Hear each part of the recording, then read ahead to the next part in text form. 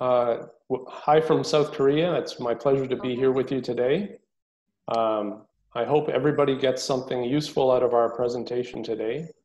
And I'll be having two Q&A sessions, so I really look forward to hearing your questions. And if you have any insights that you've gained from your experience teaching online, I'm sure everyone would be very happy to hear them, including myself.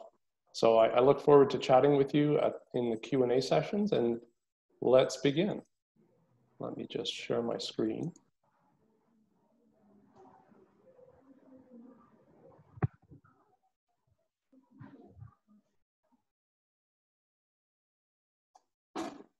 Can everybody see my screen okay? Yes. Okay.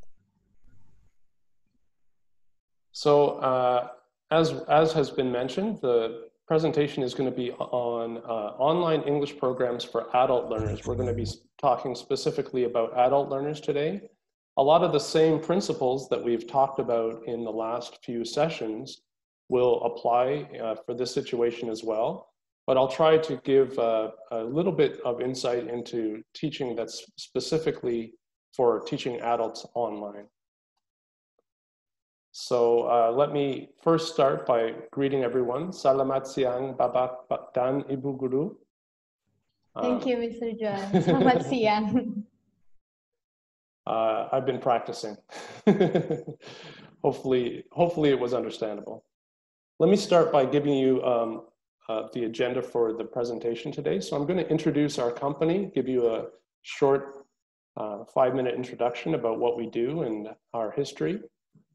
I'm going to be talking about online ELT courses in general and some of the things that you need to consider when you're planning or operating an online ELT course.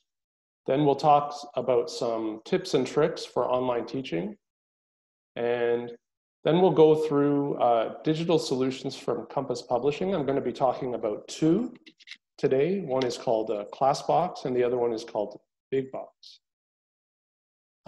Then we're going to be talking about some series from our company, Blueprint, and then 3 other series that are suitable for university and adult learners. We'll be having 2 Q&A sessions, one about the halfway mark and then one at the end.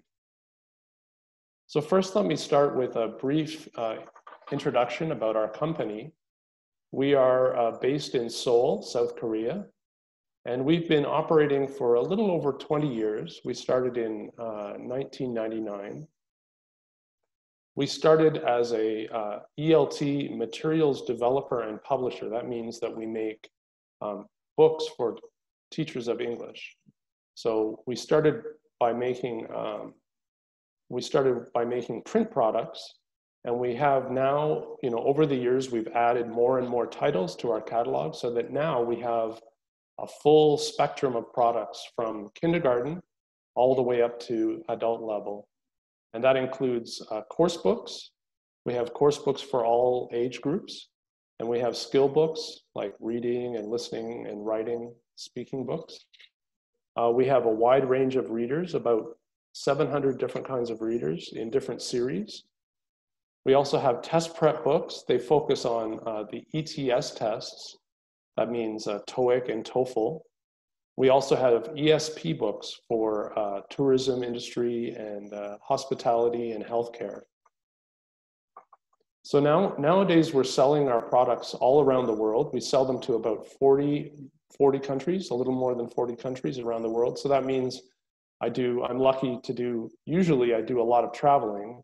Unfortunately, not within the last 6 months, but hopefully that will change. In the last approximately 5 years, we've been gradually transitioning to doing more and more edutech products. First, we started making blended products that would accompany our print products. So they were sort of made to augment our print products. But in the last 3 years, we've been making some pure digital solutions, and I'm going to be talking about those with you a little bit today.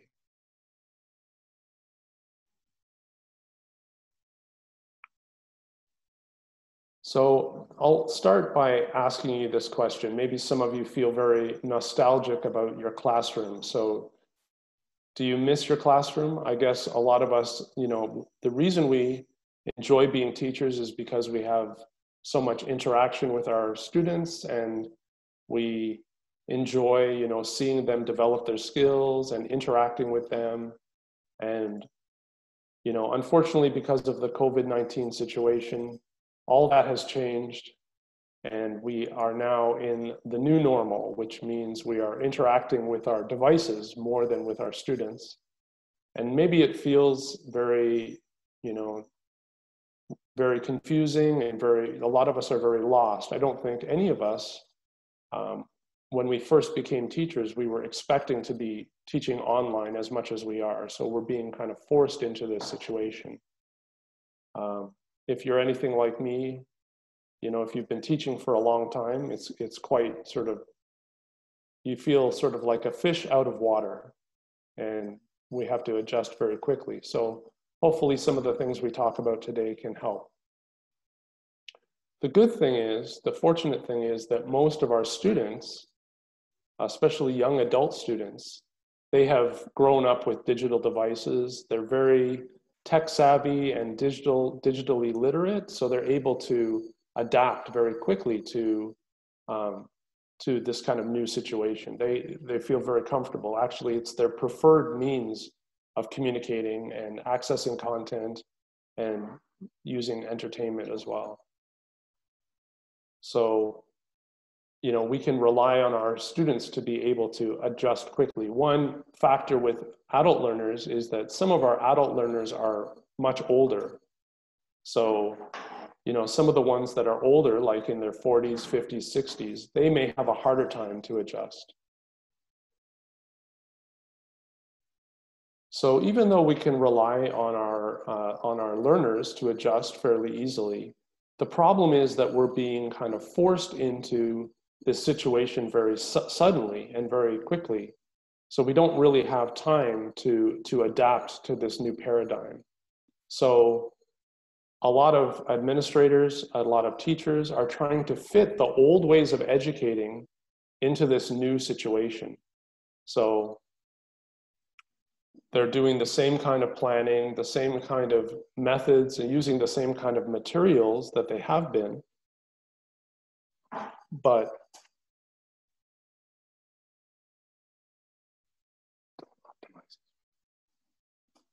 how do you want me to change it?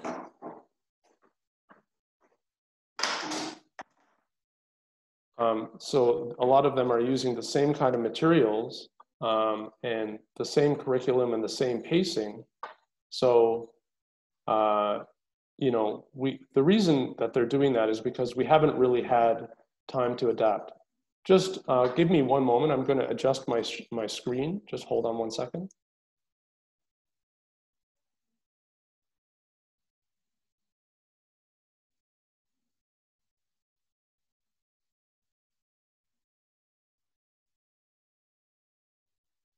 You have to reshare.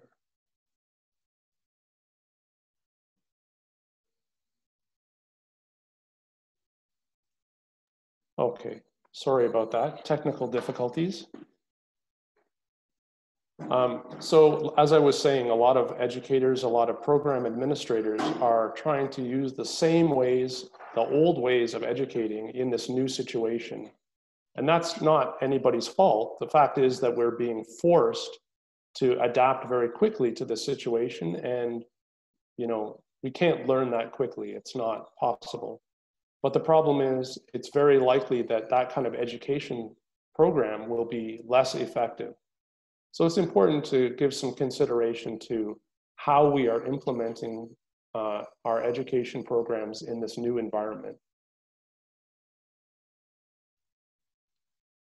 So, in the traditional learning environment, we had larger class sizes. You could have 30, 25, 30 students in a classroom, and the teacher could handle that kind of situation fairly easily. The students were all grouped together in the same space and at the same time. So that meant that they had a lot of opportunities for peer interaction. That's not the case anymore.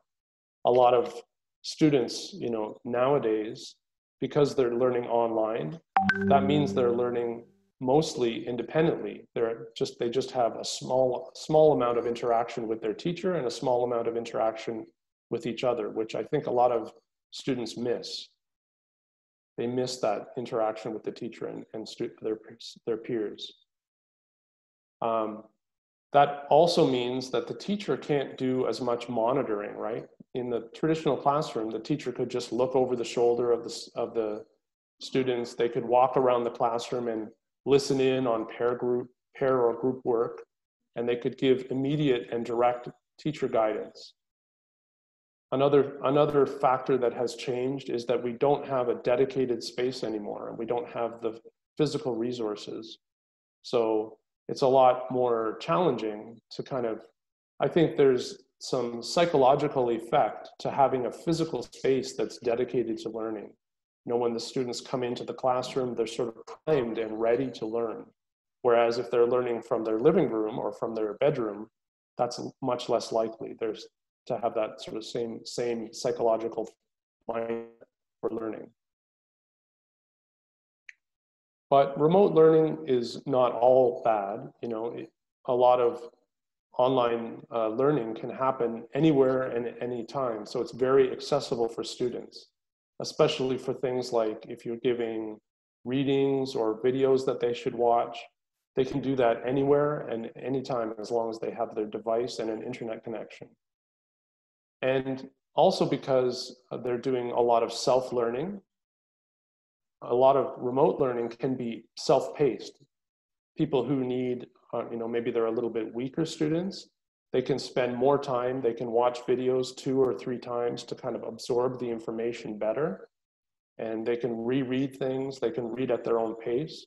Whereas in the classroom, it's more sort of class-paced. They have to keep up with the rest of the students. So some students struggle with that.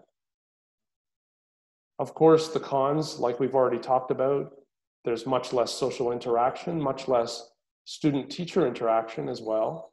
And there's that lack of dedicated space. So a lot of teachers, a lot of students, you know, may struggle with having their own learning space in their house. So, you know, they may have to deal with kids wanting to share their computer or interrupting them. There's also a lot less support from the teacher and supervision in the classroom. So these are some of the drawbacks of remote learning.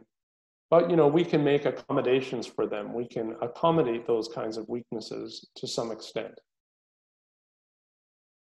Some of the things that we need to think about when we're planning an online course are, there are 9 factors that we need to think about. So one is the modality. The modality means what is the ratio of online to offline courses? In some places where you have opened your schools, you may be able to have at least some offline classes where the students come into the classroom once a week or twice a week, and the rest of the class is conducted online. So balancing that, you know, whether it's going to be a pure online class or whether it's going to be a blended class, that's one consideration. Another consideration is whether it's going to be self-paced, the students can set the pace of the learning themselves, or whether there is going to be a schedule that they have to follow that's going to make it more class-paced. Or it may be possible to combine those two. Some parts, like some assignments, for example, could be self-paced, whereas you have regular meetings that are more class-paced.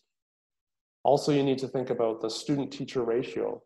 I don't think many of you are in a situation where you can have a 1-to-1 ratio, but maybe you can think about, you know, for adult learners, I think the ratio can be a little higher than it can for younger learners because they've learned how to use, you know, adult learners are more capable of, you know, managing online communication and listening when they need to listen. So maybe a ratio of something like 12-to-1 could work, for even higher, 15-to-1 could work for the student-teacher ratio with adult learners.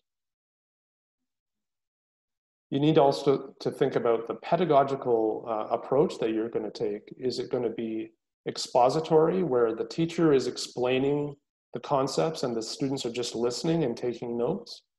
Or is it going to be practical, like the students have to do some kind of project or you know, this kind of thing, simulations? Or is it going to be more exploratory, like the teacher poses some questions and the students do some research to find the answers themselves? Or is it going to be more collaborative? Students work together in teams.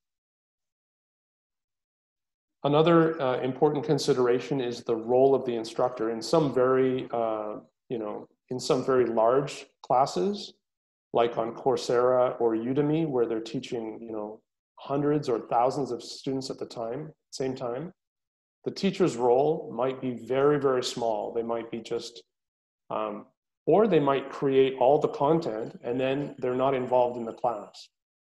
But I think for most of us that are teaching at academies or in some kind of language school, probably we are expected to be very active or have some kind of instructional role.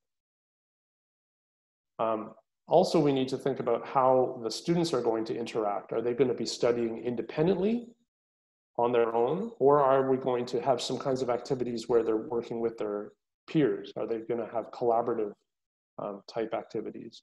So, you know, for adult learners, I think collaboration is very possible, very important. And I think you can set up teams for projects, and it's completely feasible. So more collaborative learning is possible for adult learners. We can also think about the kind of communication that we have in the class. So is it, this is what we call communication synchrony. Is it synchronous communication where we're having like, you know, video, real-time video interaction like we are now? Or is it going to be asynchronous with like pre-recorded lectures or email messages, this kind of thing, where it's not in real time? Or is it going to be some mix of the two? This is something we need to think about. And the last things we need to think about are the type of feedback, whether it's going to be automated, like they're filling out some forms and it's getting automatically graded, or is the teacher going to be doing the grading, or are the students going to be grading each other? Is there going to be some peer feedback? And then also, how are the assessments going to be used? Is it going to be to adapt the instruction, or is it going to be to assess whether the students are ready to progress to the next level? So these are the 9 considerations that we need to think about for online learning: the modality, the pacing, the ratio of student to teacher, the type of pedagogy that we use, the role of the instructor, the role of the students, the kind of communication that we're using, and the role and type of feedback that we're using. When the Korean government issued the guidelines for online education, we actually had quite an early lead in the COVID, dealing with the COVID crisis. And so the situation kind of peaked in February, and our school year starts in March. So the government had to make some very quick decisions about how to deal with the situation. And actually they delayed the start of the school year, by quite a few weeks. And in that time, they sort of prepared some guidelines for teachers about how to conduct online lessons. And part of that was this flow, this learning flow, which I think is very simple.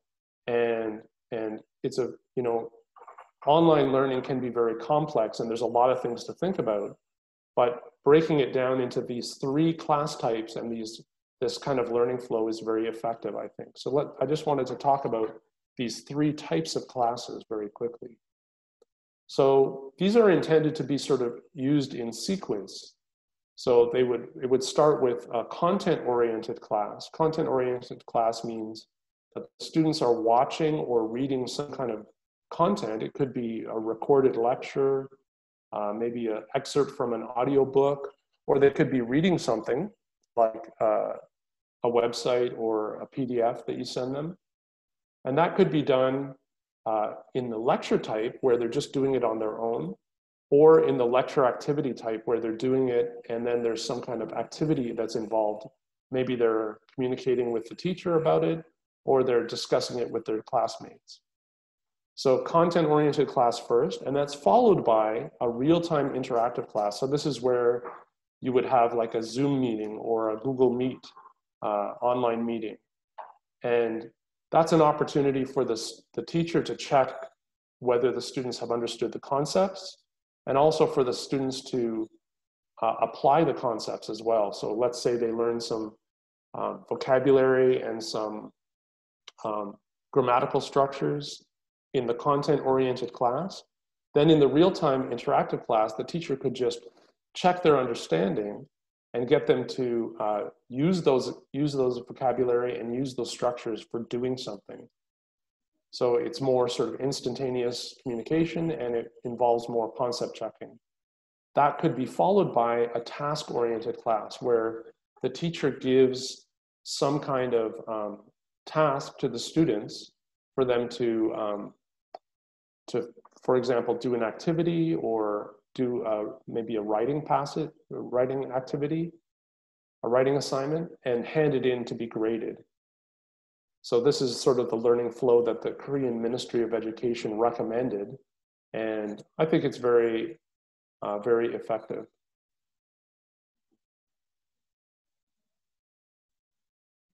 Just a moment.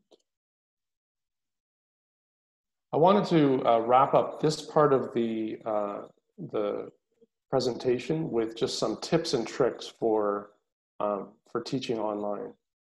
So the first one is, when we are thinking about these changes that are happening, a lot of us are worried about how we are going to adjust, but we also need to think about our students and how their situation has been changed. A lot of students that were relying on their language classes, suddenly those have been totally changed, and I think it has made a lot of students feel sort of like lost.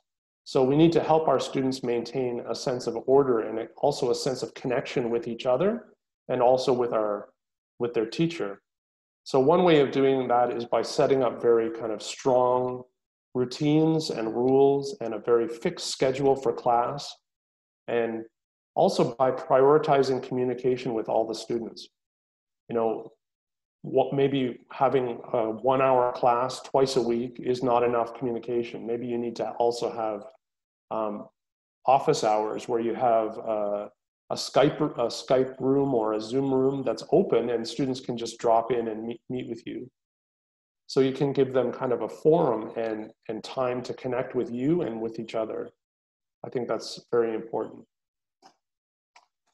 I think it's also important to keep things simple. A lot of our adult learners, for them, dealing with this sort of radical change can be overwhelming. So if we're going to introduce new procedures and routines, we should do that kind of gradually and give them time to adjust to changes. Also, instead of using the same kind of curriculum that we've been using for offline class, we should reduce the number of learning objectives per class. I think that's kind of important to slow the pacing down and allow more time for review.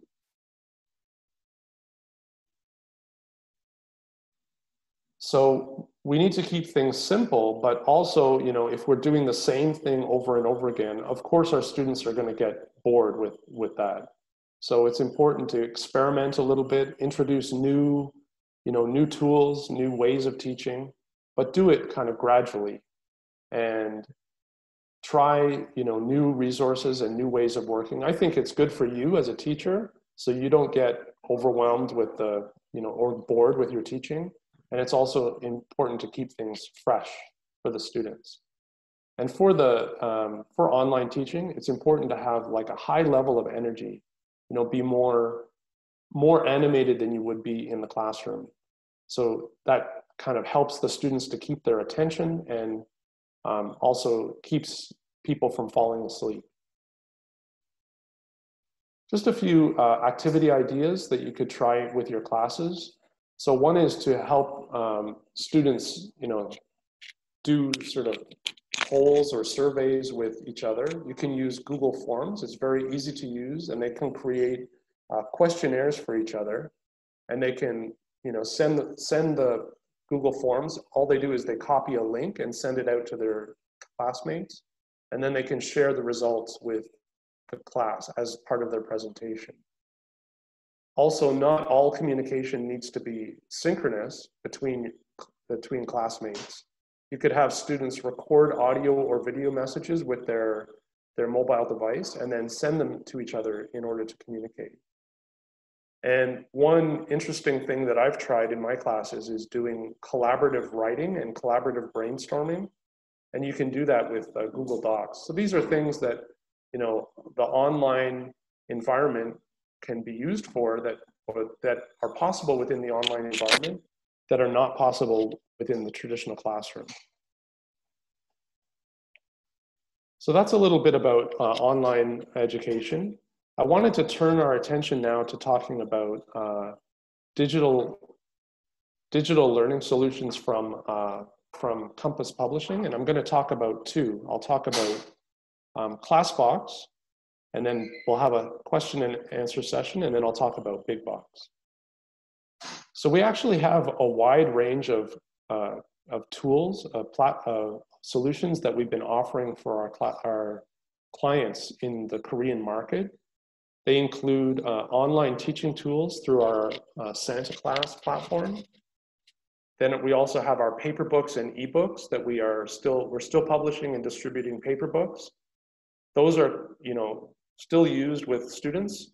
Even though they're learning online, they can be using their paper books to do questions and things like that to study with. Some students prefer that. But we also have individualized online learning application called Big Box. So combining all of these elements, we're able to offer our clients some online tools and contents that they use with Zoom or Google Meet or Microsoft Teams to do online teaching. So these are the solutions that we're going to be talking about today. So Classbox is our global version of Santa Class. And it's an easy to use teaching platform for ELT. It's specifically made for ELT. And it can be used in the classroom for like presentation of, if you have a projector or an interactive whiteboard, you can use it on that to present in the real traditional classroom, or you can use it for online teaching by doing screen sharing. And it basically has two important elements. One is a library of digital books, and the other one is an LMS, an easy-to-use LMS. So the digital books library has a library of over 100 courses from kindergarten to adult level, and it's made up of over 1,000 digital streaming textbooks, and you can search for those by the level, CEFR level, and each of them include embedded media, an answer key, and annotation tools, and I'm going to show you, I'll demonstrate those in a minute. You also have access through the digital books to over 10,000 downloadable supplementary resources for both teachers and students. And those include things like lesson plans, worksheets, activity sheets, extra activities, flashcards, tests. So you can use all of those online and offline contents to create your learning solution for your students. So as I mentioned, the digital library can be searched by skill. So you can search by speaking or listening or vocab or grammar, or you can search by level as well. So either by CEFR level, like A1, A2, B1, B2, or by the grade level of the students for primary, secondary, high school, university. So as I mentioned, there's streaming ebooks with easy markup tools, and I'm going to demonstrate those in a moment. There's also this is also functioning as a centralized location for all of the downloadable materials. So you can download the music, the MP3 files, the answer keys, all kinds of tests, worksheets, the teacher's guide, all kinds of materials to help you teach the material. So that's the digital library. We also have an LMS. So this is meant to help you manage your classes. So you can set up classes, you can add students, delete students, move students around. You can also assign homework. And after they've done their homework, you can view reports on their performance. So it's actually integrated with the Big Box learning application, which is the other solution that I'm going to talk about today. And the way that we've done that is with a class code. So teachers can create a class on the LMS, and then they can share the class code. There's a little 6-digit class code that they can send out to the students, and students enter that in the Big Box application, and that's going to create a link between your student's application and your LMS. So after that link is established, you can assign homework to the students, and it is going to appear in their app. They're going to see a notification in their application. So after they do their homework, then you can track. You're going to get reports on their performance and their participation. So this is what the LMS looks like. We've kept it quite simple. A lot of LMSs have many functions, but sometimes that can be overwhelming for students, for teachers that are not familiar with using an LMS. So we've kept ours to the very essentials. I'm going to demonstrate that in a moment. So you can assign homework by clicking on the class. Then you can enter the report section. You can click on the book. It's going to give you this kind of pop-up where you can choose the book that you want to assign for homework. So for example, if I chose Blueprint, then I can choose the unit, and I can click Done. Then I can name the homework so it shows up in my LMS, and I can click Save. Then the students are going to get a homework notification. So when they check their homework icon in the app, they're going to see this kind of notification. So they can see, oh, the teacher has assigned me Blueprint 3, Lesson 5, so about part-time job. And they can do their homework within this. Then they're going to have a set of different activities. I'm going to show that to you when I show you about the Big Box application. So when they do their activities, for example, the word flash activities, after they finish, there's going to be a score. So it's sort of gamified. They get points.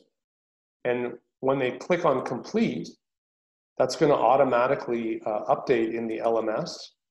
And so the teacher can go to the report section of the LMS, and they can see the student's homework. So if they click on that homework assignment, they can actually see that this student, Karen, has done the word flash. So it updates in real time. So the students, as the students are doing their homework, you can see what they're doing.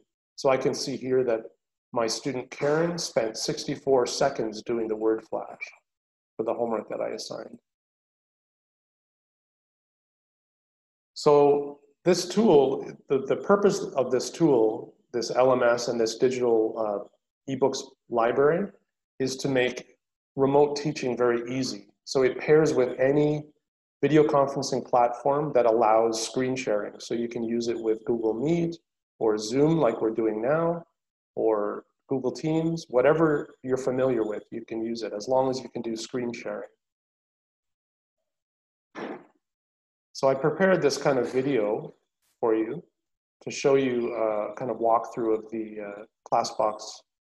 So like I mentioned, you can search by skill, or by level, CEFR level, or by grade level.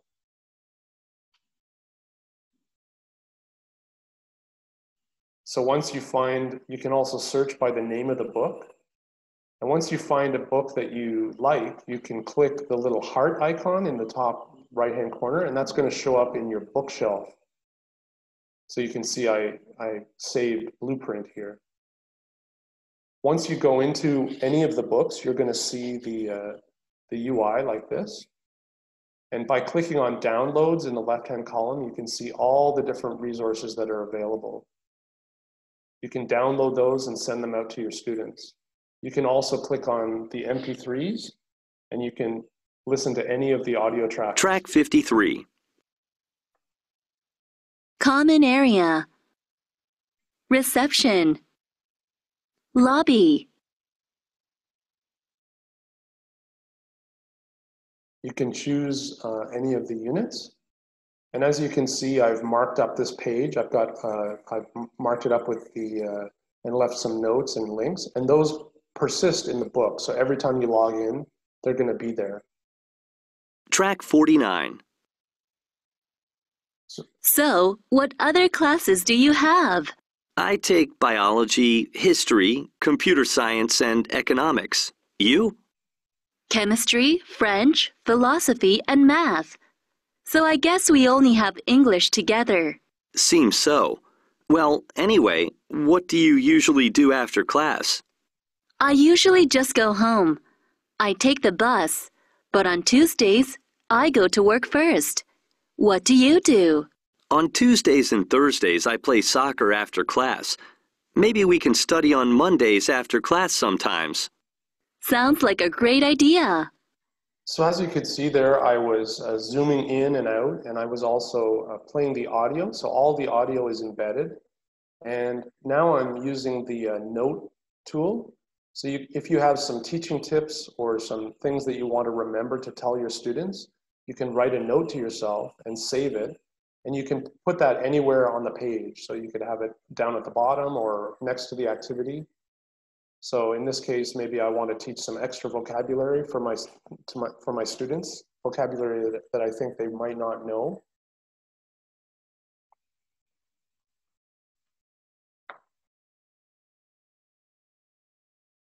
And then I can just save that and it'll appear on the page. And as I mentioned before, next time I log in, next time I open this book to this page, it'll be there on the page for me.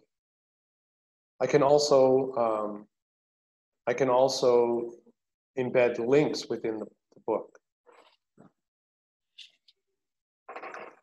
So the links they'll launch within the browser, so you can share the screen with your students as well. And the link can be put anywhere on the page as well. So once you click on that, it'll launch to the YouTube video or the web page that you have.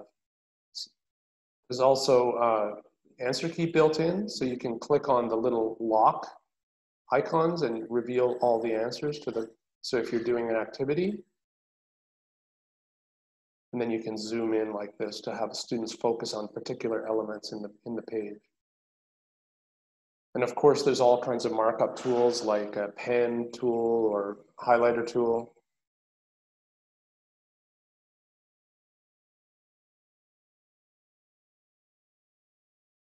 So you could use that, for example, if you want to highlight particular vocabulary to focus on in a passage.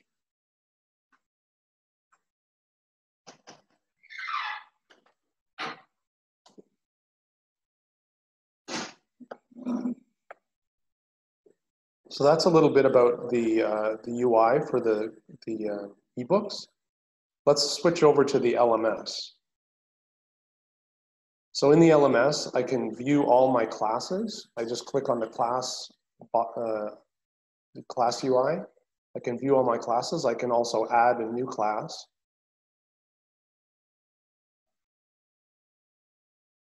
And if your institute is using this system, you'll have a name of the different teachers at your institute, and you can choose the teacher, the particular teacher for that class.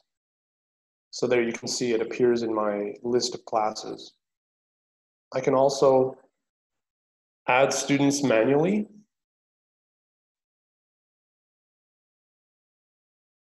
all I need to do is find their big box avatar number. So that's a little code that appears in their big box app.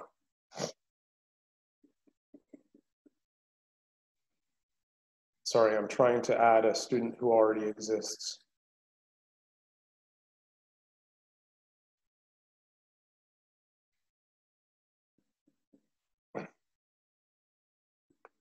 And this LMS is going to be free. So if you buy the physical book, or if you buy the ebook, then there's no charge for the LMS. That comes along with the physical book or the ebook.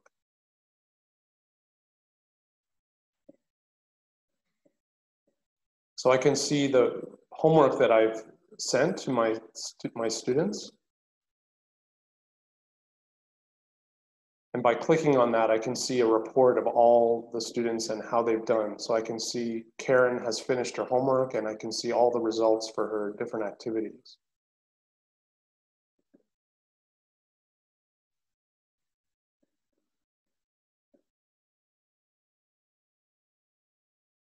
So I can assign new homework by choosing a textbook, selecting the unit that I'm working on, and then giving it a name. So I would type the name.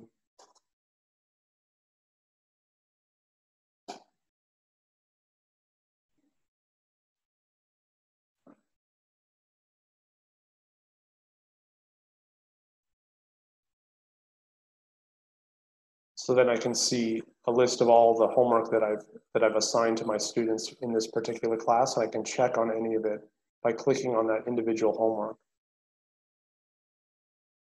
So that's just a very brief overview of Classbox.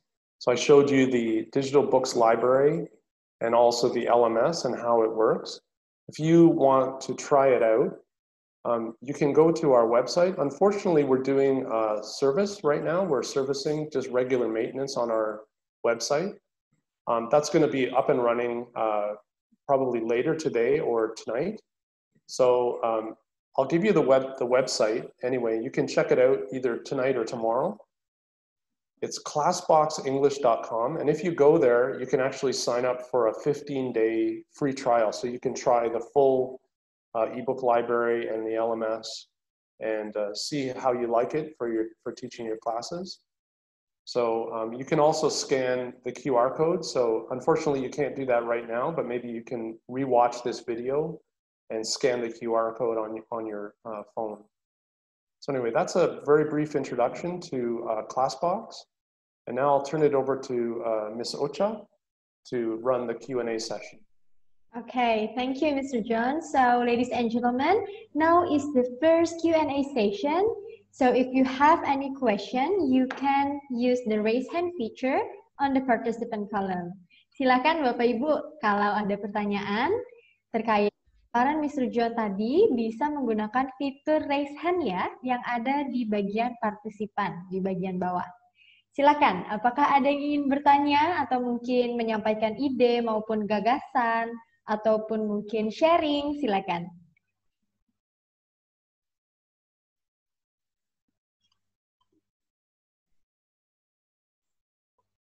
I think they are shy, Mr. Jon.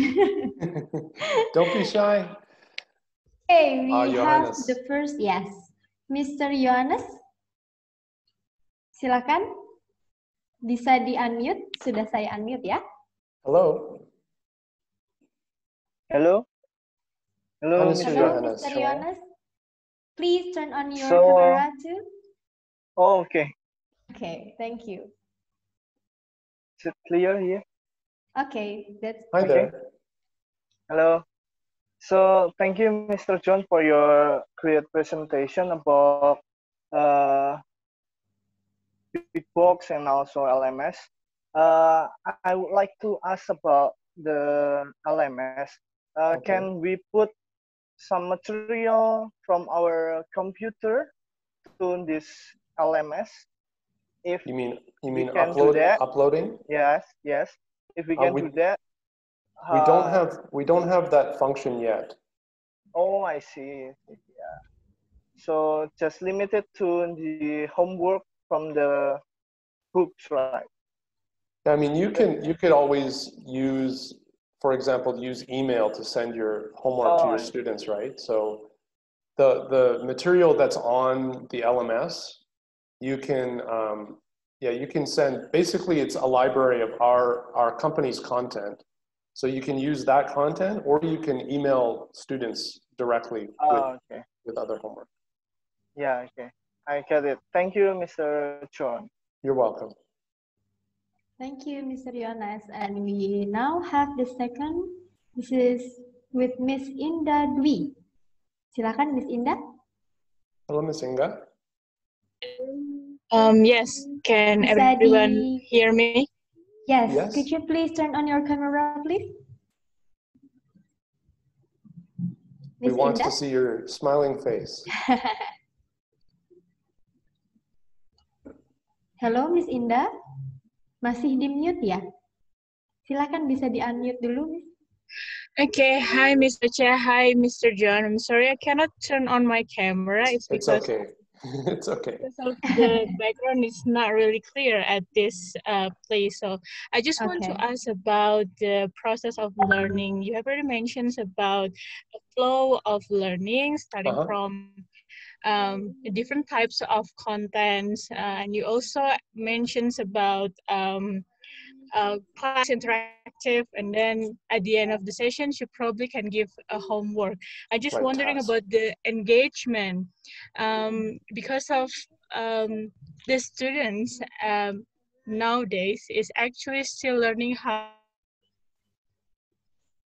using this electronic system.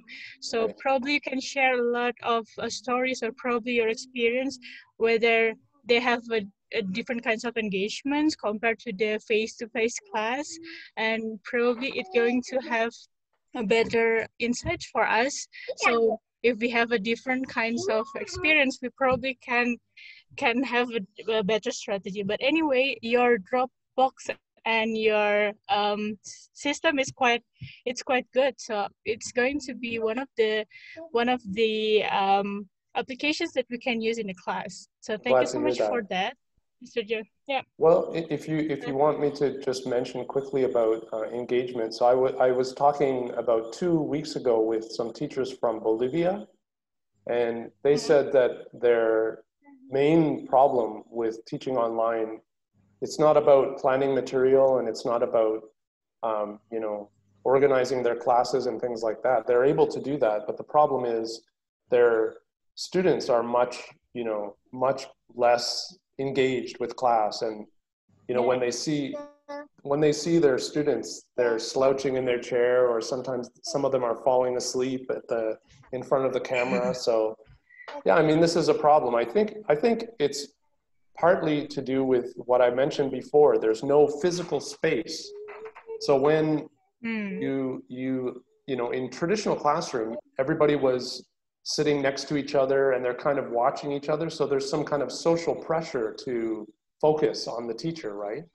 But when you're sitting behind the camera in your home, there isn't that social pressure. So I think part of it, I think there's kind of two solutions. One is to have very strict rules. Like if your students, they should have their camera on, and you should have them, you know, sitting up. I think with like teenagers, you can probably have these kinds of rules. Maybe for adults, it's a little harder. Yeah. But having these kinds of rules, like, you know, Miss Ocha is telling everybody to turn on their camera when they want to talk, you know, I think having the same kind of thing for classes, that's important. So you can kind of monitor whether students are paying attention or not, right? The other idea is to have a lot more energy. Like the teacher's energy, I think, can affect the students. So having, like I mentioned in my tips, you know, you need to be consciously trying to be more animated than normal. So smile more and use more gesture in class, because you sort of carry, as a teacher, you sort of carry the energy of the class. Another idea for that is to keep the you know, the types of activities that you're running, you know, keep them very short and a lot of variety with the types of activities, you know, like watch videos, do readings, do some listening, do some speaking activities, have lots of different content, and that kind of keeps the pace of the class sort of more exciting, right? So those are kind of three things I would mention. Okay, thank you so much for that. I think that's all. How about you? Have you discovered any new? Most of the strategy that you mentioned in the PowerPoint have been applied to my class as well. I started with discussing about the topic, for example, about the number of COVID-19 cases in Indonesia, and then I'm going to ask about a few questions about that. I'm going to see about their opinions, and we're going to have sort of a discussion. And after that, we're going to move on to readings and different kinds of activities. But sometimes, if we repeat the same kinds of activities in the class from week 1 to week 3, some of the students feels like a little bit bored, or probably because of we did the same kind of things from the first week until the third week. So they know exactly about the method, they know exactly about the pattern. So they try to anticipate about the discussion. So when the discussion is already started, they will ready to have discussions. But when the discussion is already off, some of the students feels like, okay, I'm going to go to the toilet, or some of the students like do another thing. So that things that I need to be able to have another strategy for me, I think. So yeah, you got the point. I think you're right. Your point is right. I need to transfer my energy to give them a perspective that this learning should be continue, and we have to keep up with the pace. We know that something new, and we need to know that everything is going to fine. Everything is going to be fine, even though that we are not seeing each other. We're just doing something in online, but everything is going to be fine. Yeah, it's just different. It doesn't have to be less learning. It doesn't have to be anything inferior. It's just different. Yeah, it's just different. Okay. So anyway, thank you for your insight very much. You're welcome, sir. Thank you, Ms. Indah. Okay, Mr. John, maybe this is one more question from Mr. Harold. Silakan, Mr. Harold. Hello, Mr. Harold. Okay. Hello, sir. Yes, hello. Hi there. Can you hear me? I can just hear you. Hi. Yeah, it's my first time. Okay, thank you. It's my first time. So a little explanation from the first up to now, so I can get a better picture of it. Thank you. About this thing, I have no idea. I just joined in. Thank you. Oh, you want me to give a kind of summary about the first part of the presentation? Summary. Until now, what is this all about? Is it for teaching or what? Yeah, so we were talking about online teaching, especially for adults. And we went through a kind of a summary of some of the things that you need to think about for when you're planning a class and when you're running a class. And then we talked about some of the content that we have, that my company has. So we have an online teaching platform that's called Classbox. And I was talking about the features. So the features are, there's a digital library, a bunch of ebooks that are based on our print books for learning English, okay? So we have a big library of content. So you can use that for online teaching. And then there's also a connected LMS. And the LMS, Learning Management System, the LMS helps you to kind of track your students' learning. So you can assign homework to them, and the LMS will track their performance, so you can see how they're doing on their homework. Oh, okay. Yeah. Thank you. Does that answer your question?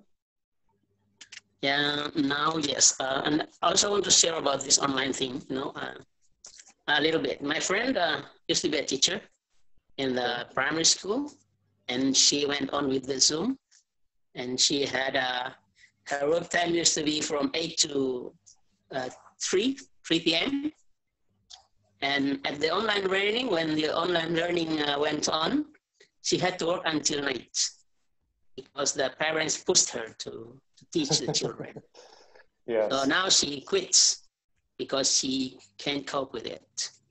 Yeah, I heard the sharing about, distraction or anything. Yeah, that's the consequences of online learning. Yeah, I think a lot of schools are, as I mentioned before, they're kind of trying to apply the same model of teaching to this kind of new situation. And, for a teacher to teach online for, 7 or 8 hours a day, I can't imagine how draining that is.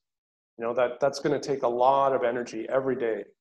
So I think that's one of the reasons why the Korean government recommended this 3 types of classes, where you have some self-learning. The teachers can, the students can learn on their own. They can do some content-focused learning. Then you can have some interactive classes, not all the time, but some interactive classes. And then you can also apply some task-focused learning as well. So you can have these 3 types of classes. Part of the reason is to take the pressure off the teachers. They don't have to teach like the same kind of classes that they did in a traditional classroom. That's the solution that they came up with. Okay, thank you. Thank you very much, Mr. Harold. And Mr. John, that would be the last question for the first session. Don't worry for the other participants. We will have another Q&A session at the end of Mr. John's presentation. And I would like to share some information. The material of this presentation will be shared through WhatsApp group and also by email. And at the end of the session, I will also share about the information about e-certificate distribution. So let's continue to Mr. John's presentation. Sure. So we talked about Classbox, and Classbox is our teaching platform. So that's intended for teachers. The second sort of half of our digital solution is called Big Box. And Big Box is an English learning application. So it's for the students, it's the student side. And the way that we arranged it was so that we know that a lot of students have very different interests and very different needs and different ability, skill level. So we wanted to be able to personalize the content for each individual student. We also wanted to create a gamified language learning. What does that mean? That means, doing homework, studying vocabulary, studying grammar. For younger learners especially, this is very boring. So we wanted to create a game-like experience for learning, where they're getting points, they're able to play games, they're able to watch fun content. This is what we wanted to create. So the core, the main part of this application is content curation. That means that we have a library of content. There's over 11,000 videos and playbooks. Playbooks are readers that we've embedded the audio, and it automatically advances the pages so the students can kind of read along with the story. So we have this huge library of content. And when the student logs into the application the first time, we ask for their age and their gender, whether they're a boy or a girl. And we ask them about their interests. We have like a screen with a whole bunch of different interests, like cooking, crafts, camping, all of these different kinds of things. And they choose 3 or 4 of them. And then based on that, we can recommend some of the content in the library. So we can give them a kind of carousel, just like you would see on sort of Netflix or YouTube. They can choose the things from the things that we are recommending to them. So we have this kind of algorithm that selects from our library. And over time, as the students are watching the videos, they are also rating them. They rate them for their interest, and they rate them for their difficulty level. And our algorithm uses that information to fine-tune the recommendations. So over time, it gets better and better. So based on that algorithm, they're going to see, in the app, they're going to see a carousel or a feed of different videos and playbooks. So things that are from YouTube or from other content providers, or things that we've made as well. And they can save those as their liked content, or they can watch it. And after they've watched it, they're going to be recommended some words. So what we've done is we've taken the transcript from the videos and the content from the playbooks, and we've gone through it and we've leveled all of the vocabulary. And we give the words that are at the level for the student.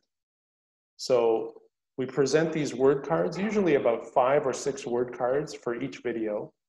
And what they have to do is click on this microphone icon in the lower right-hand corner.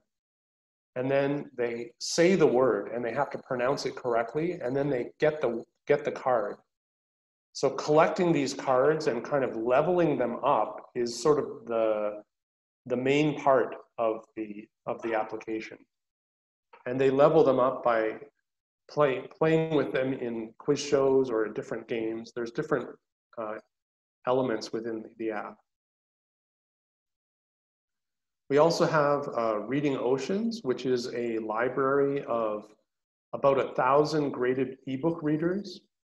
So that's also in the Big Box application. So we use that for extensive reading. And it includes both fiction and nonfiction, and we have a wide range of different high interest topics. And they range also in the difficulty level from phonics decodable books, which are extremely easy. They have very, very easy sentence structures, very easy vocabulary, all the way up to upper intermediate level. So upper intermediate level would be suitable for sort of grade 6, grade 7, grade 8, that kind of reading level. And all of the readers have embedded audio and activities.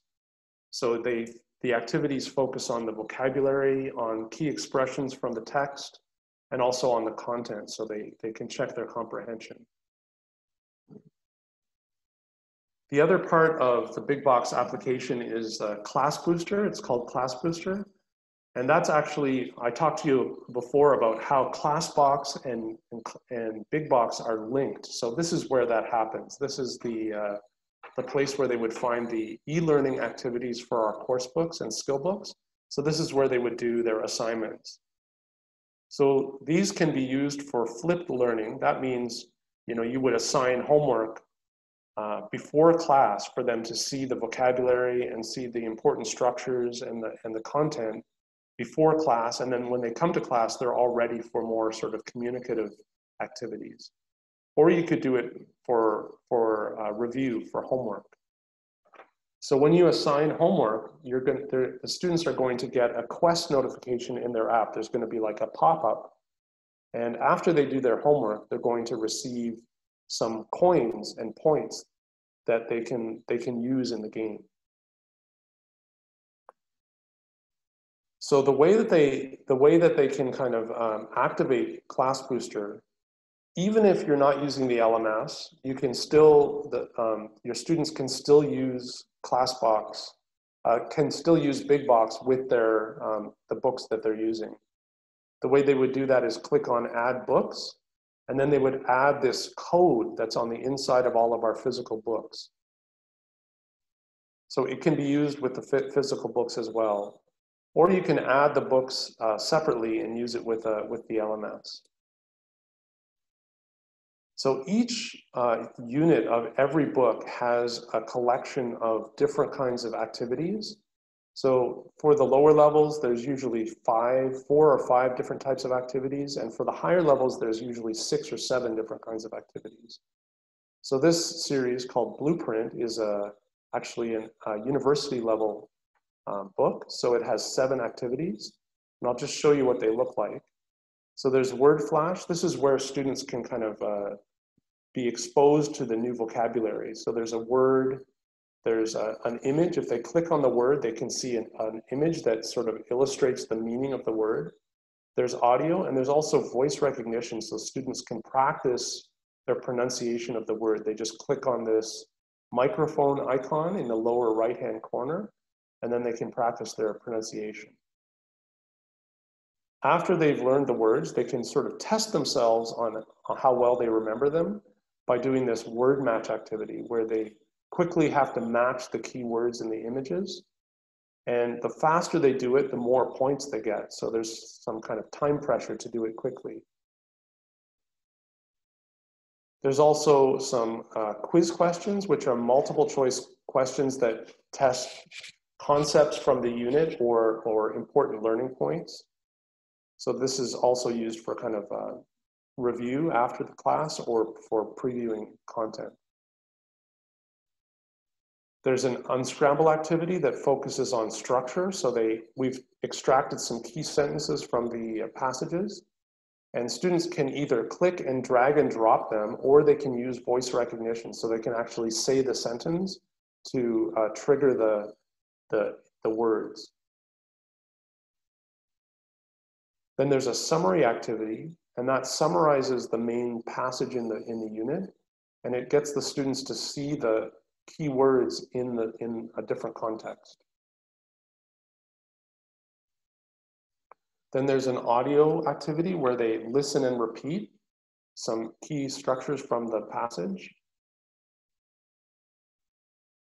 And for all of those activities, they're going to get some points. So the points can be used in the game for different purposes. And all of their activities on Big Box are reported to that Classbox LMS, so the teacher can see whether they're doing their homework and how they're doing. And the teacher can use that information to, if you need to focus on a particular unit, or a lot of students are struggling with particular vocabulary, the teacher can use that information to inform their teaching.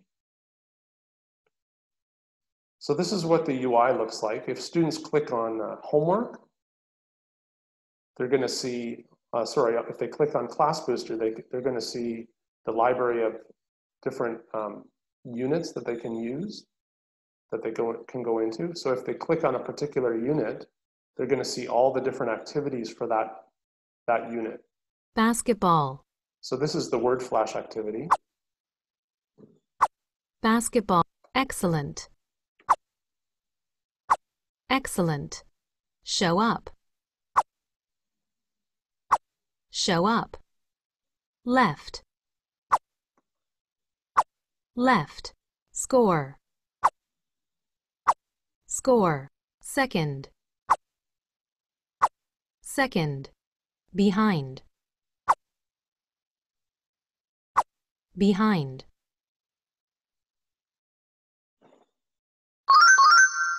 Then I get some points. This is the word match activity where students have to check whether they have understood the vocabulary. Behind. Excellent. Left. Hopefully I'm going to do basketball. fairly well. Show up. Score. Second.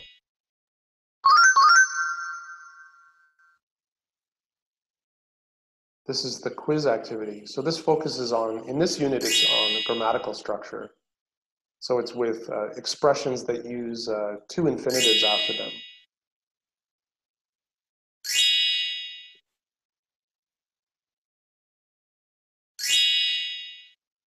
Hey, Ben. You weren't in class yesterday. Were you sick? No, I'm fine. I went to cheer for my brother Ethan's college basketball team. It was such an excellent game. Oh, yeah? What happened? They were behind by 1 point, and there were 5 seconds left.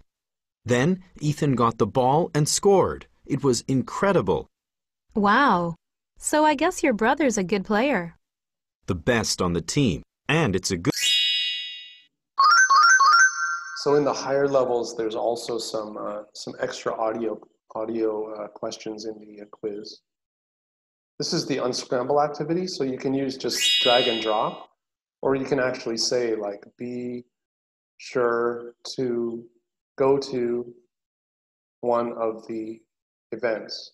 And the student can actually use the voice recognition to trigger the unscramble.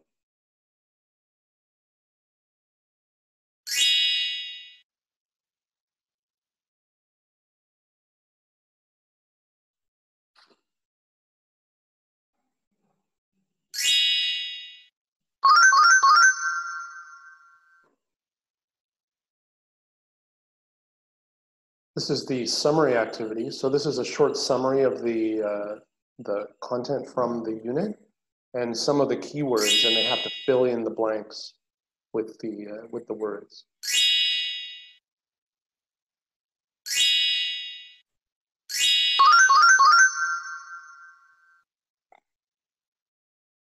Hey, Ben. You weren't in class This is the yesterday. audio Were activity you where sick? they're listening to individual sentences.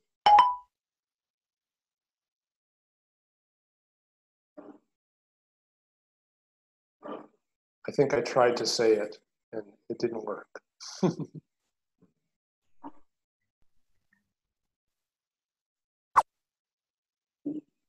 No, I'm fine. I went to cheer for my brother Ethan's college basketball team.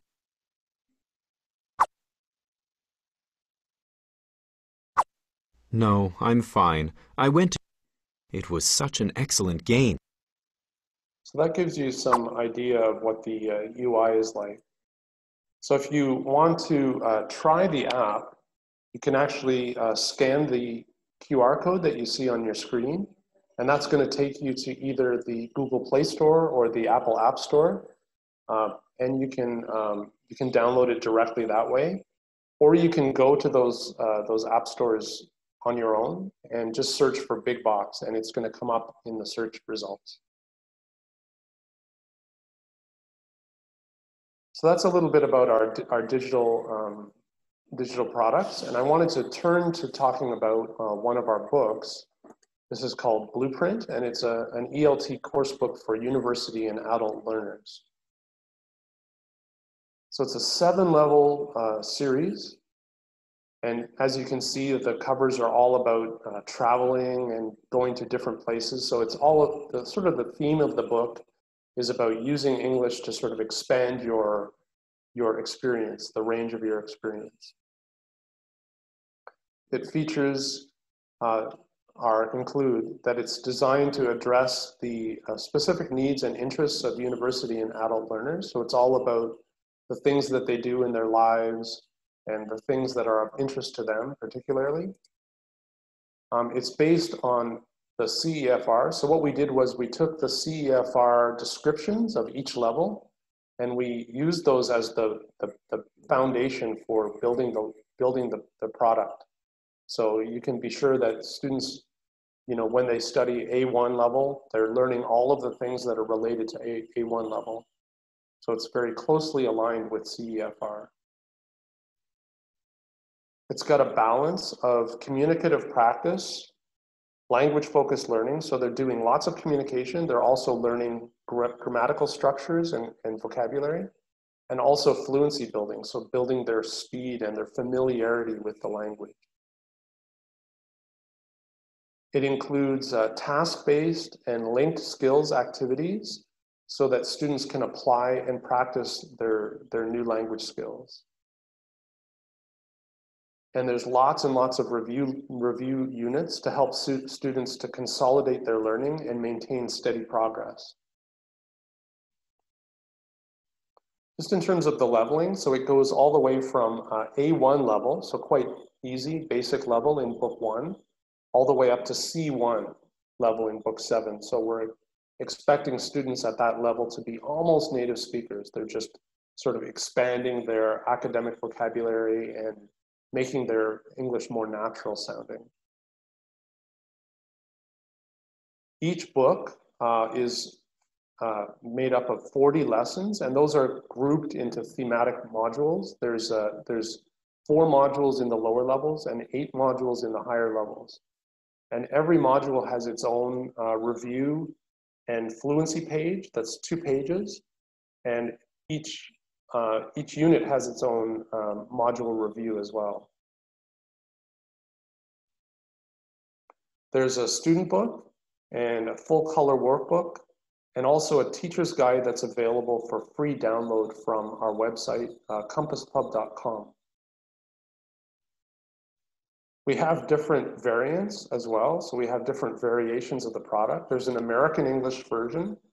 We've just come out with a British English version as well, so you know, if students want to prepare to go to the UK or Australia, they can study with this. We also have a split edition. So like I mentioned, the full edition has 40 lessons. The split edition has 20 lessons in each book. So if you have a different kind of structure in your language academy, maybe this is the better option for you. Just go through a very quick unit walkthrough. So each module starts with this kind of large picture. So there's this colorful picture to kind of generate conversation and help lead into the topic. You can talk about, you know, what the students see, and then that can lead into the topic. You know, what kinds of things do you do for your health? How do you stay healthy?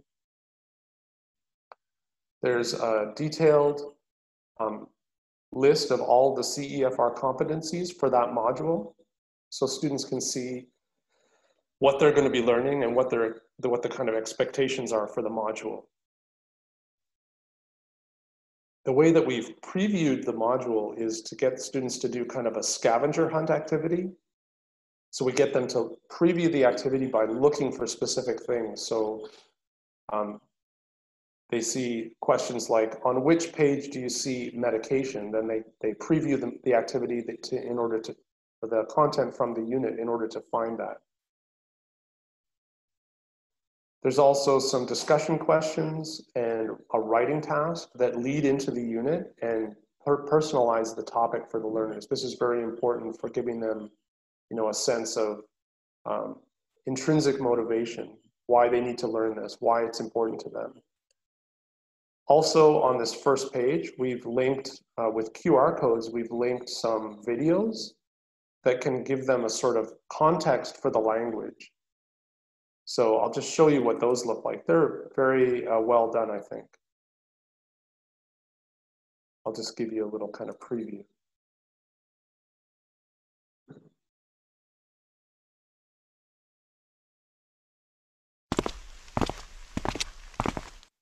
Hey guys, grab some chairs and join us. Yeah, welcome back, Lucas. Thanks. It's good to be back. Did you two have a good summer? Not as good as yours. We've seen all the photos of England you posted online. They were amazing. Yeah, I think England is the most beautiful place I've ever seen. So do I. I totally fell in love with London when I visited. All those historic places like Buckingham Castle and Big Ben, and the London nightlife is awesome. Yeah, a little too awesome. It was hard to stay in and study in the... Oops, sorry. Just give me one moment. I have to switch something off on my computer. Just one moment.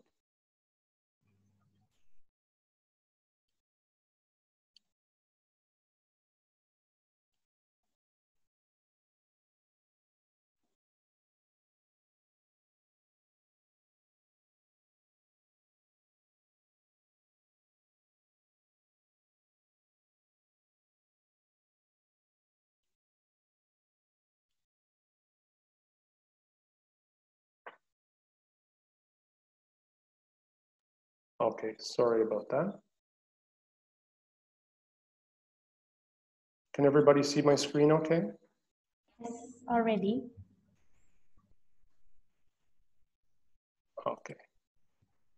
So as you can see, those videos are a nice way to kind of lead into the topic. So you can watch those and talk about what was happening, and maybe you can pull out some of the language to focus on. And all of the videos follow the same characters, so it's kind of like a little soap opera for the students to watch. And some of them are very funny as well. So this is a 2-page spread of the lesson. This is what a typical lesson looks like, and each module has 5 of these. So there's a series of 5 that are all linked to the same theme. So the module starts with either a conversation or a reading or a dialogue. And this serves as a model for the language and also to contextualize the vocabulary and the structures that are covered in the lesson. After they have seen the reading or the dialogue, they move on to vocabulary exposure. So we've chosen vocabulary that's very high frequency and high utility, very useful language. So, and it's been very carefully leveled so students won't struggle with any of the difficulty. Then there's some simple activities that expose the vocabulary items and get students to practice them to express their own ideas or talk about their own experience. So that's a way that they can kind of personalize the language. As I mentioned before, there's communication activities, but there's also language-focused learning.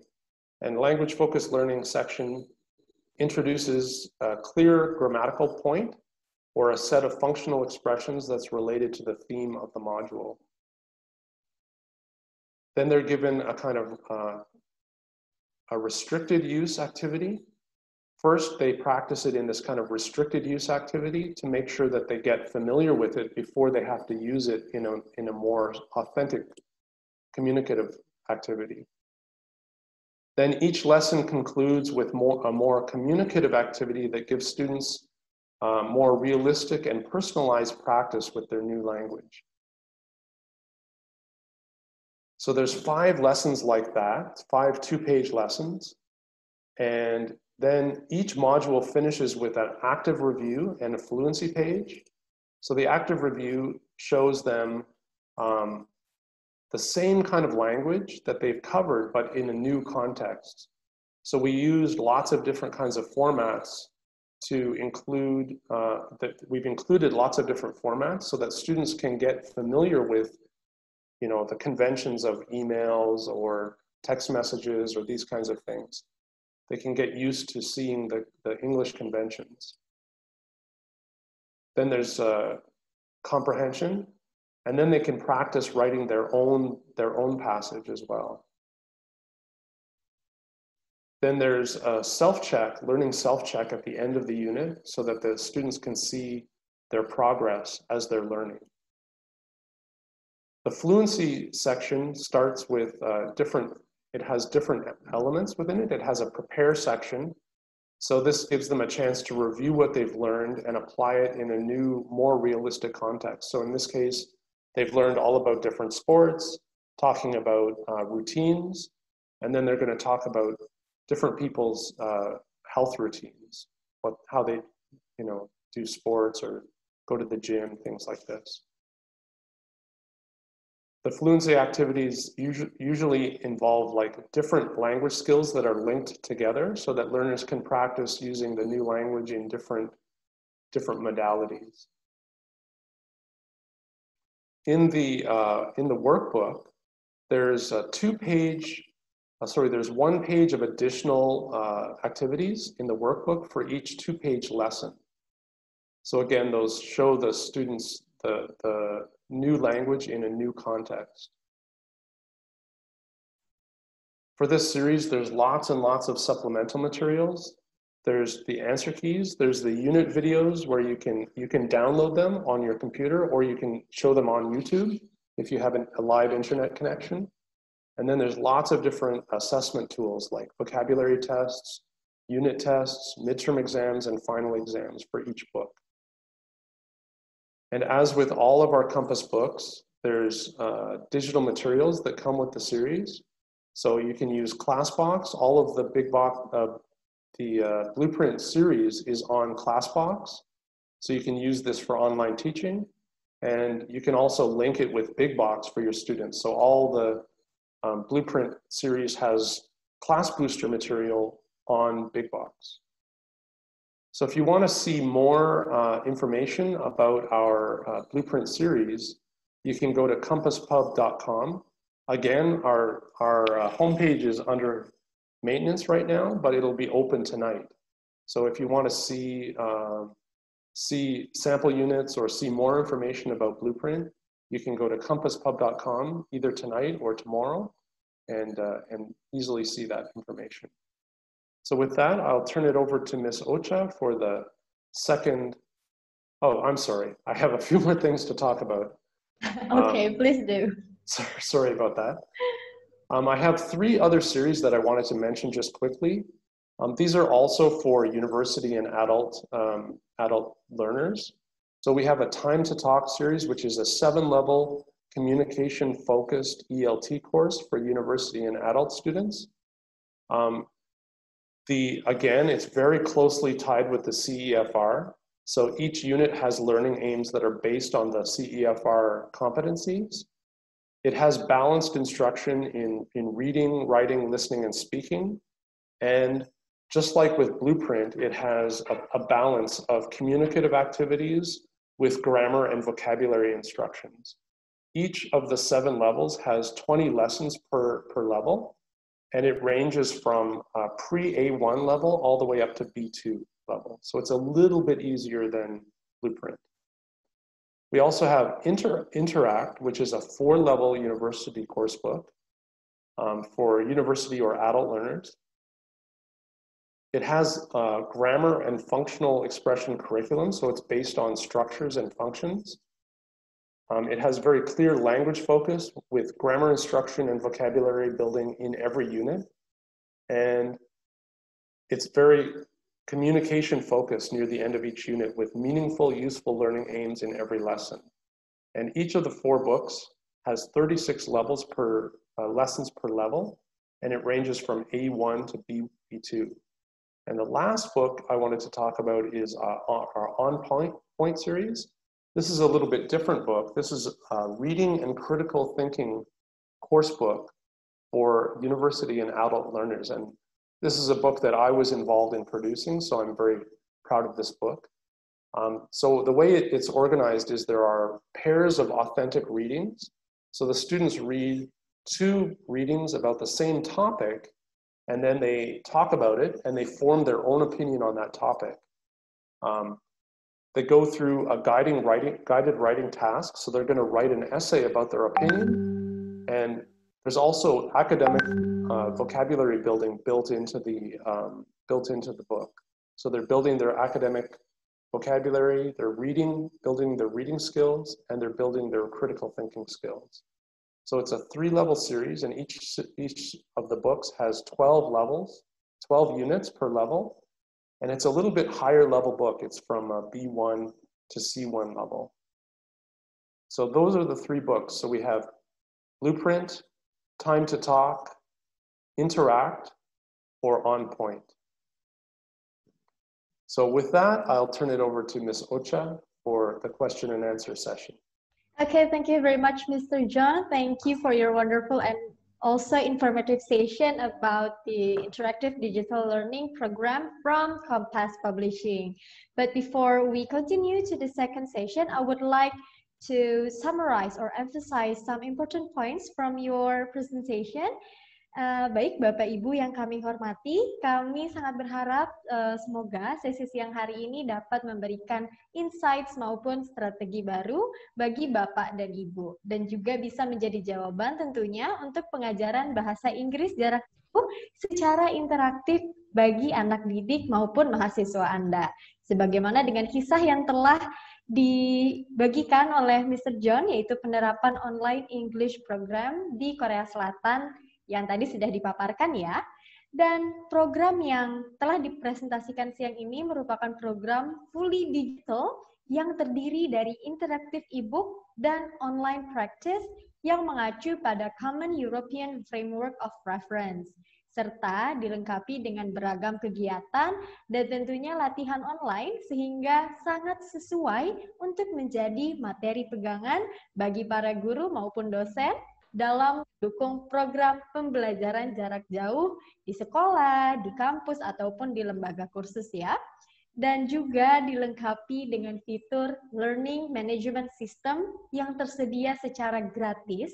Bapak Ibu dapat dengan mudah terkoneksi dengan para siswa dalam memberikan tugas maupun latihan tambahan dan pastinya akan sangat terbantu untuk secara otomatis memonitor progres dan perkembangan setiap siswa dalam proses pembelajaran jarak jauh ini. Bapak Ibu, bagi yang tertarik menggunakan platform Learning Management System atau Interactive ebooks yang telah dipresentasikan oleh Mr. Jon hari ini, khususnya untuk 4 pilihan program judul tadi ya, seperti Blueprint, On Point, Time to Talk, dan juga Interact, silakan menghubungi Education Consultant Mentari Group atau menghubungi nomor WhatsApp kami di 0856 9785 6420 atau sudah tertera di layar Anda sekarang ini ya Bapak Ibu, bisa menghubungi melalui email maupun melalui nomor WhatsApp kami. Silahkan bisa dicatat dahulu. Baik, kini kita masuk ke sesi tanya jawab yang kedua. Silahkan apabila Bapak Ibu memiliki pertanyaan, you can raise your hand through the feature. Oh, we already have one participant here, Mr. Jon. It's Miss Astriani Medina. Silakan, Miss Astriani. Hi, Miss Astriani. Halo, silakan bisa di-unmute. Baik. Halo. Hi. Hi. Hi there. Thank you for giving me a chance. All right, so it's quite interesting to follow your explanation, and I think it will be very helpful for us to give some kind of measures by using your platform. But I would like to ask whether this on-point book that you have mentioned before, this is for advanced learners, right? So are they applicable for IELTS students? I'm not extremely familiar with IELTS, but certainly any test that involves more advanced reading comprehension and academic vocabulary and critical thinking skills and writing skills as well. Any test that requires those skills, On Point will be very effective for that. A lot of teachers have given me feedback that it's good for the TOEFL test as well, because in TOEFL they have to do, read academic text and they have to write essays as well. So this gives them practice in doing all of that. And it's very, very structured and there's lots of scaffolding as well. All right. Okay. All right. So I also would like to ask from your explanation about, so actually right now I'm applying some kind of real-time interactive class using platforms such as Zoom and also Google Meet. Okay. But sometimes I also use task-oriented class that I assign the students. But when it comes to the speaking task or like some kind of speaking skill, I find it difficult to control their first pronunciation and also how to lead them to develop their ideas, because like in IELTS test, right? So we have to like one by one interaction, and it will take time. If in 15 minutes I have to handle one student. So if there is any suggestion for you, or is there any platform or application from your online platform to handle this problem? Is it like they have to give an answer and you're worried about how to provide the feedback? Is that the main problem?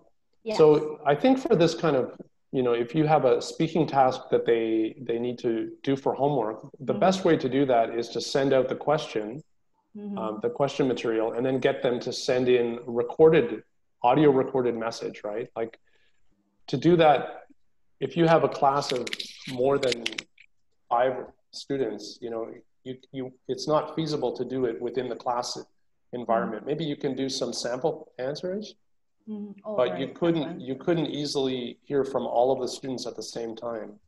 So maybe I would combine hearing some example answers from some students in your interactive class with getting them all to hand in an audio recording to you. All right. Okay.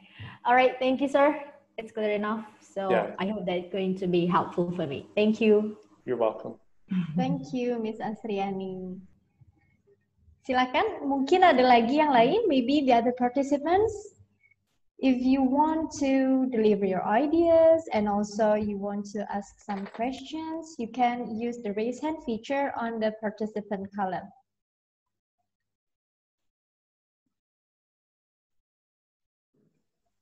I'd also be very interested in hearing your experience teaching online. I'm very curious about how you guys are doing with, you know, teaching adults in this kind of environment. Yes, that sharing would be great, yeah, Mr. John. So maybe if the participants here have some experience. Okay, we have here Mr. Tommy Wijaya. Silakan, Mr. Tommy. Hello, Mr. Tommy. Okay, can you hear me? Yes. All right. Thank you for the opportunity. And actually, I want to talk about how do you bring up, like, how do you transfer your enthusiasm into the class? Because from what I experienced when I was teaching like offline class, like meaning face to face, it wasn't really difficult, you know, to get along with the students, right? Because like we can like maybe like make some little jokes, like when they are doing their assignments, we can have like a little bit of we can have a little chat with them. But when we experience like online teaching, it was different. You know what I mean? Like the experience is really different. It's like you are really the focus of the class. Everyone is paying attention to you, but we can't really transfer the enthusiasm. Actually, I kind of have like difficulties in this. I don't know how I say it, but this is basically my main problem right now. I think how many students are you teaching in one class? No, it's not a big class. It's like at most 6 students. 6 students, okay. I think, you know, I would suggest 2 things. One is the same thing that I said to the other teacher in the last Q&A session, just to have lots of different types of activities. Like you could have, for example, you could play videos and talk about them, or show them pictures and talk about them, or get them to do some reading together and talk about the reading. I think having lots of variety and having, you know, it keeps the class moving. It keeps the class like more dynamic. If you have just 1 activity or 2 activities for a whole 1 hour, it's gonna be very, you know, less exciting for the students. So that's one tip I would give you, is to plan like shorter activities and have lots of variety. Use multimedia. That's going to be more engaging for them. How old are your students? Well, most of them are like high school students. So basically like 17, but sometimes there are also adult students like maybe 25, 24, 20. Yeah, teenage students are difficult at the best of times, as you know.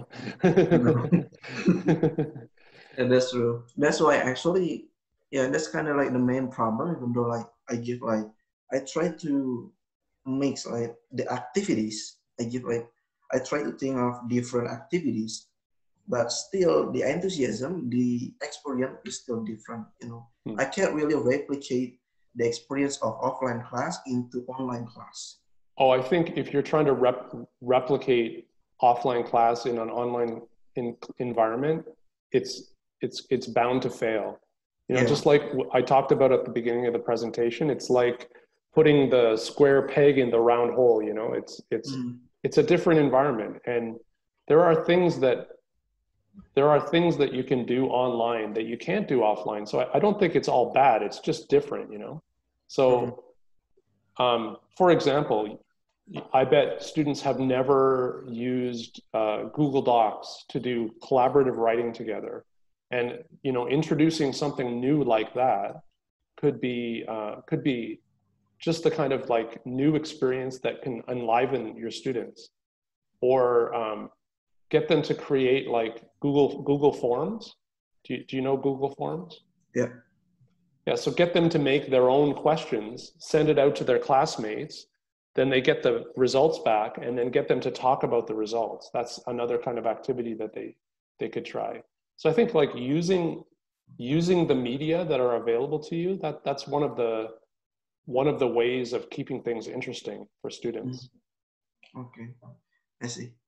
Anyway, I think that's all for the main problem, because for technical things like the platforms and everything, I think it went well. It's just that the enthusiasm is the problem here.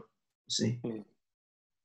Now I think why don't you try, you know, getting them to do something silly in class, like maybe they can wear some funny hat or something like that. I think it's not a bad idea. Parents would like that, you know, because or the backgrounds, you know, you can put funny backgrounds in your if you're using Zoom. Yeah, so I think just to make the class kind of interesting, something a little bit different and a little bit lively in class. Okay. I didn't think of that. Thank you, Jon. Yeah. I'm sorry, I don't have all the answers, but hopefully some suggestions that you can try. I know. It's just at least by sharing like this, we can get like some advices, you know, that can be useful. We can try it. Yeah. So sure. I think this platform is really useful to share experience in teaching. Okay, that's all. Thank you, Jon. You're very welcome. Good luck with your teaching. Thank you. Thank you, Mr. Tommy. And now we have Mr. Jorus Ruku. Silakan. Hello. Bisa di-unmute dulu, sir? Yes. Okay. Can you hear me? I can. Yes. Yes. Hi, Mr. Jorus. I'm so sorry. I have to change my devices for listening to this, so I lost some point. And what I'm going to ask is just about the LMS tools and the big box application. Mr. Jon said, and someone answered me, said that it goes together with the books, but Ms. Ocha said it is free. So which one is correct? Do we have to pay for that, or it goes with the books, or it is free for everyone? Thank you. It is free if you buy the books. It comes with the books. Okay. So whether you buy the ebook or the physical book, the printed book, it's included. Okay. Thank you very much. You're welcome. Okay. Thank you, Mr. Jorus. Okay, so any other participant who would like to ask question or share about the experience? Silakan bisa menggunakan fitur raise hand ya, atau mungkin bisa melalui chat room, bisa dibantu juga.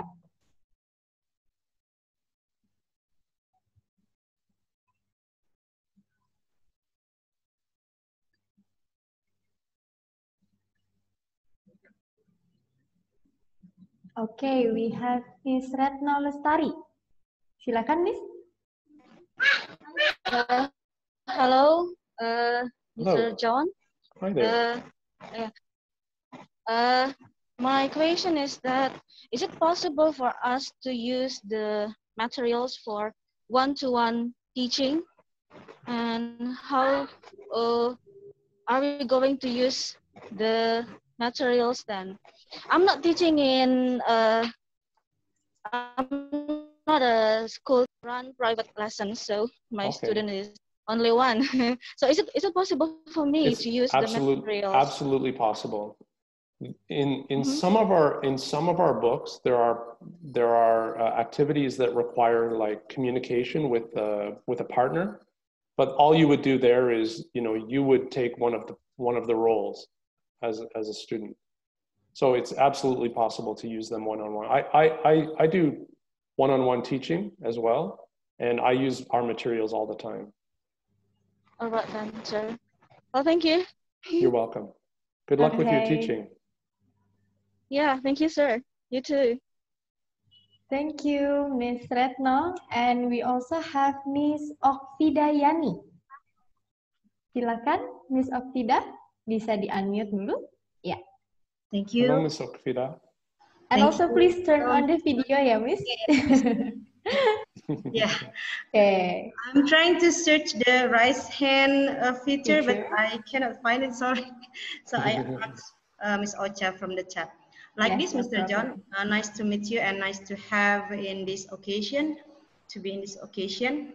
Well, I'm teaching in a small STBA. It's a language school, like what you call it, sekolah tinggi ya in bahasa, in a small city in Bekasi. And most of my students are employees, and we have some difficulties when we conduct the teaching online so far, that some of them don't have enough data or enough quota to have the online class like that. So I have to mix between the online and just only give them the task and they do it in the by themselves like that. But I think it's not quite effective for me to teach like that. So do you have any what is that, a suggestion, or do you have any experience for us who teach in a small city and teach for students that doesn't have enough data or doesn't have enough things to support them learning online like that? I think, you know, that model that we talked about before with the content focused lesson, and then interactive lesson, and then the task focused lesson, I think this model can kind of solve that problem. Because if you send them some task to do, you could also send them like paper-based. You could mail out some paper to them as well. So you could send them something to read, for example, on their own. Then maybe some activity to do some writing or answer some questions. They could take a photo and send it back to you. And then they don't have to use a lot of data for that. And then also for the task base, you know, if you want to get them to write something, write a paragraph or write a short essay about something, or, you know, record something for the task. And that having those two types of activities, those two types of classes in your learning flow sort of cuts down on how much actual teaching time you need to have with them. It doesn't mean they're learning any less. It just means it's more sort of self-guided, self-directed learning rather than teacher-guided learning. Yeah. And so, you know, in some ways it requires a little bit of a change in your mentality, I guess, you know, like a lot of teachers, just because of their habits that they have had for many years, they don't feel comfortable. They don't feel comfortable with student-centered learning. Yeah. So, you know, just experiment with it a little bit. I think most students would not have a negative opinion about it, as long as you're giving them feedback about their learning, you know, that's the important thing. So maybe you can, you know, collect their assignments or collect their, you know, if you have some tasks that you have them do, you can collect that through email or through, you know, many different ways, and just make sure that you're giving them feedback and guiding their learning experience. Yeah, I do agree with you. I've already tried that, but maybe that's still have the mindset of the students that they need more time in classroom for teacher explain them in detail like that, and rather than they learn individually like that. I think they just not too confident when they know the knowledge by themselves. They need a teacher to be there like that. So one other suggestion is you could use like pre-recorded lessons. I So see. you could give your lecture, record it, and send it, post it on YouTube as a private video, Yeah. and then just share the link with them. Yeah. That's another option. Yeah. Okay. Thank you so much for your You're very suggestion. welcome. We'll do that. Good luck with Thank your you. teaching. Yes. Thank you, Mr. John.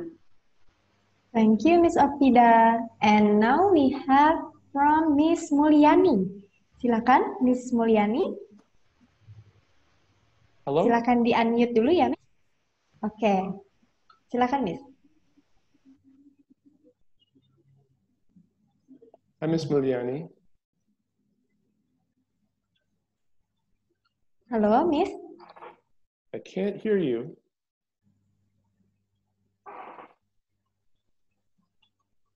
Hello, Miss Mulyani. We cannot hear anything from here. Okay, maybe for the meantime, we are going to the next participant first. It's from Mr. Lubis. Do you remember Mr. Lubis, Mr. John? Yes. He joined to the last webinar too. Please, Mr. Lubis, you can unmute your microphone too. Yes. Thank you, Ms. Ocha, and hello, Pa Edwards. Hi there. Again, I'm very glad to see you. Welcome back. How are you?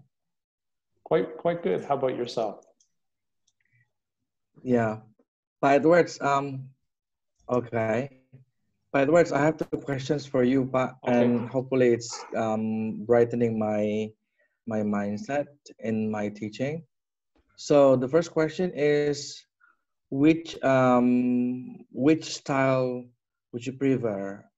Teaching with many pictures or motion pictures in some slides, or teaching with many words or sentences in some slides? Which one would you prefer? I mean,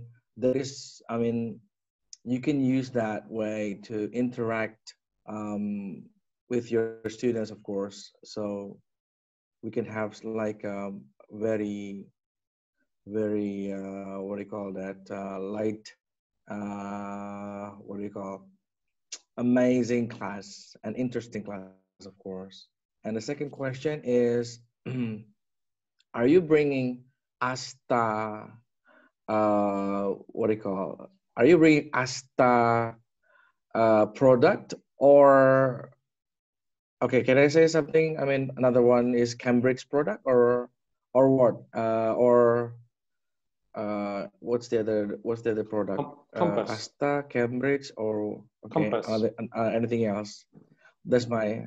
Do you mean Compass? Oh, sorry. Do you mean on Compass our Publishing? All right. Oh, okay. on our learning and platform? Compass Publishing. Yeah. Okay. Just for your first question, I don't think it's either or situation. Mm-hmm. Of course, you can use both. You know, it depends what you're focusing on. If you want them to be more descriptive, describing things or interacting that way, then lots of pictures are better. I think also pictures are good for teaching vocabulary as well, especially for younger learners. Sometimes if you have a word and then a definition next to the definition, it's useless because they can't understand the definition. But having a word and a picture in a definition, that's going to be much more useful for younger learners or lower level learners. So yeah, I think it really depends on the level of your learner and also your learning goal. What do you want them to get out of this experience, the learning experience?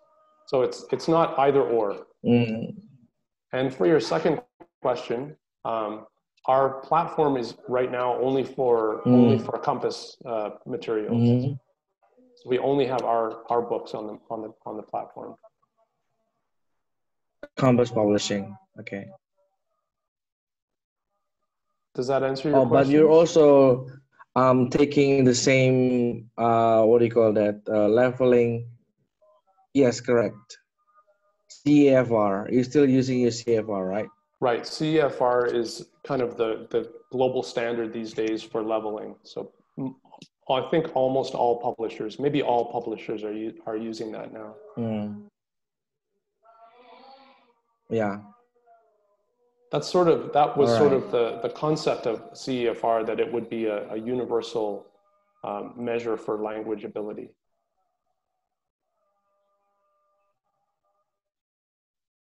How are you doing? How are you doing with your teaching online? Well, yeah, for me, CFR is very common. Oh yeah, so far I've been teaching online with somebody who lives in somewhere in Pekanbaru, Riau. You know that location in Indonesia. And I also have another one. So is it going well? Is your online teaching going well?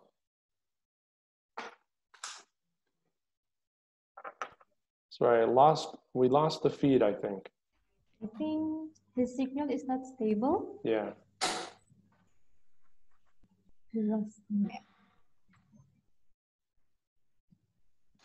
Hello, Mr. Lubis? Okay, unfortunately, we couldn't connect with Mr. Lubis again. Oh, he's already here. Hello, Mr. Lubis? Hello? I already unmute you.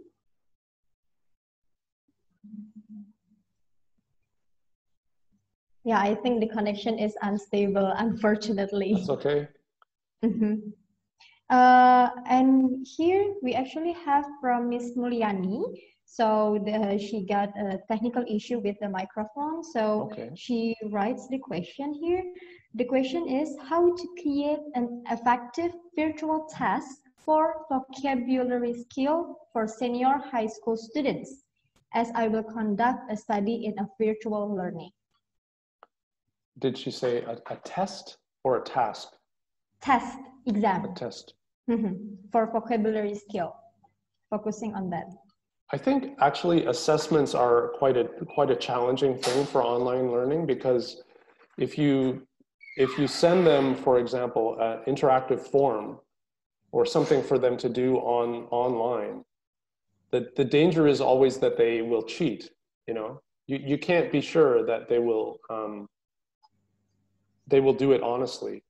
So for assessments, what I have recommended is to actually make a physical page and administer the tests with the camera on. So have all your students in a interactive class like we are now. Turn the video camera on and get them to do their test on a physical paper, and then have them take a photo of the paper or send it to you by mail or by, you know, in some other way. I think this is the best way to ensure that they're not going to cheat. If you are a more trusting person than me, you can use things like Google Forms is a great tool for giving assessments. I think this is one of the best options.